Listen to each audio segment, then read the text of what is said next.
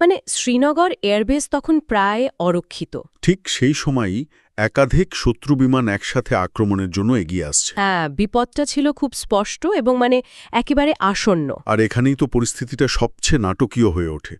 একদিকে সংখ্যায় আর প্রযুক্তিতে অনেক এগিয়ে থাকা শত্রুপক্ষ, আর অন্যদিকে শ্রীনগর এয়ারবেসের নির্মলজিতের মতো হাতে গোনা কয়েকজন পাইলট। এমন একটা পরিস্থিতিতে তো যে কোনো পাইলটের প্রথম চিন্তা হবে নিজের জীবন বাঁচানো, তাই না? স্বাভাবিক। কিন্তু নির্মলজিৎ সিং শেখর ব্যাপারটা ছিল একটু অন্যরকম। রানওয়েতে যখন বোমা পড়ছে, চারপাশ ধুলোয় অন্ধকার, তখন তো টেক অফ করা প্রায় অসম্ভব। হ্যাঁ, বাকিরা সঠিক সময়ের জন্য অপেক্ষা করছিলেন। কিন্তু তিনি এক মুহূর্ত নষ্ট করেননি। তিনি জানতেন দেরি করা মানেই এয়ারবেস শেষ। তাই একাই নিজের বিমান নিয়ে আকাশে উড়ে গেলেন। একাই। এটা তো একরকম আত্মহত্যার শামিল।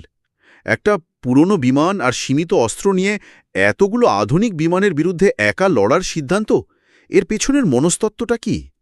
এটা কি শুধুই দেশপ্রেম? চমৎকার প্রশ্ন।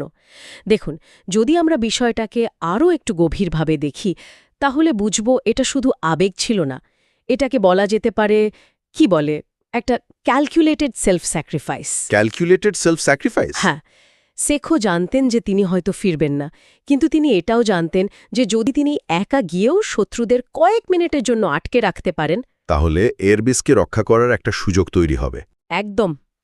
তার মূল লক্ষ্য ছিল সময় কেনা, শত্রুর আক্রমণটাকে ছত্রভঙ্গ করে দেওয়া। তার মানে তিনি নিজের জীবনকে একটা ঢাল হিসাবে ব্যবহার করেছিলেন, আর তিনি সফলও হয়েছিলেন, তাই না? হ্যাঁ, অবিশ্বাস্যভাবে সফল হয়েছিলেন। বিশাল আকাশে একা হওয়া সত্ত্বেও তিনি শুধু প্রতিরোধ করেননি, পাল্টা আক্রমণও করেছিলেন। একটা ভয়ঙ্কর ডগফাইটের পর। ঠিক তাই। তিনি শত্রুপক্ষের একটা স্যাবার জেটকে নির্ভুল নিশানায় আঘাত করেন। বিমানটা আগুনের গোলায় পরিণত হয়ে মাটিতে আছড়ে পড়ে। একজন পাইলটের বিরুদ্ধে এতজন, তার মধ্যেও এই সাফল্য, কিন্তু এরপর নিশ্চয়ই পরিস্থিতি আরও কঠিন হয়ে ওঠে। হ্যাঁ, তার এই সাফল্যের পরেই বাকি শত্রু বিমানগুলো আরও হিংস্রভাবে তাকে চারদিক থেকে ঘিরে ফেলে। আমি পড়ছিলাম যে তার বিমানে অসংখ্য গুলি লাগে, ডানায় আগুন ধরে যায়। একদম।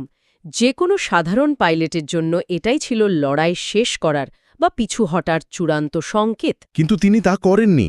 এখানেই তার বীরত্ব সাধারণকে ছাপিয়ে যায়। সূত্রগুলো বলছে শেষ মুহূর্ত পর্যন্ত তার রেডিও বার্তা শোনা যাচ্ছিল। তিনি লড়ে যাচ্ছিলেন। কেন পিছু হটার সুযোগ কি তার সত্যি ছিল না? দেখুন, সুযোগ হয়তো ছিল, কিন্তু ইচ্ছেটা ছিল না। কারণ তার বিমান হয়তো আকাশে ছিল, কিন্তু তার চোখ ছিল নিচের মাটির দিকে। তার দেশের মাটি, তার এয়ারবেস, তার সহকর্মীরা, সেই মাটিকে বাঁচানোর দায়িত্ববোধই তাকে শেষ মুহূর্ত পর্যন্ত লড়তে বাধ্য করেছিল।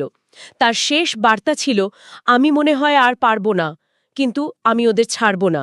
একজন যোদ্ধা হয়তো সেদিন আকাশের বুকে হারিয়ে গেলেন, কিন্তু জন্ম নিল এক অমর ইতিহাস। আর তার এই অবিশ্বাস্য আত্মত্যাগের জন্যই তো ভারত সরকার তাকে সর্বোচ্চ সামরিক সম্মান পরমবীর চক্রে সম্মানিত করে। ঠিক।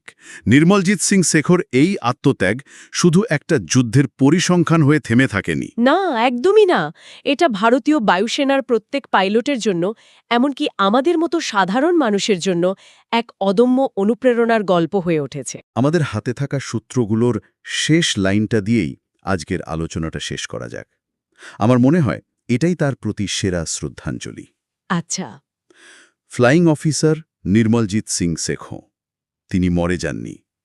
তিনি আজও উড়ে বেড়ান ভারতের আকাশে। আর এই আলোচনা শেষে একটা প্রশ্ন বোধহয় রেখে যাওয়া যায়। যখন একজন ব্যক্তি দেশের জন্য নিজের জীবন উৎসর্গ করেন, তখন তার সেই স্মৃতি কি শুধু ইতিহাসের পাতায় লেখা থাকে, নাকি তা একটা গোটা দেশের ভবিষ্যতের চেতনা আর আত্মাকে প্রজন্ম থেকে প্রজন্মান্তরে গড়ে তোলে?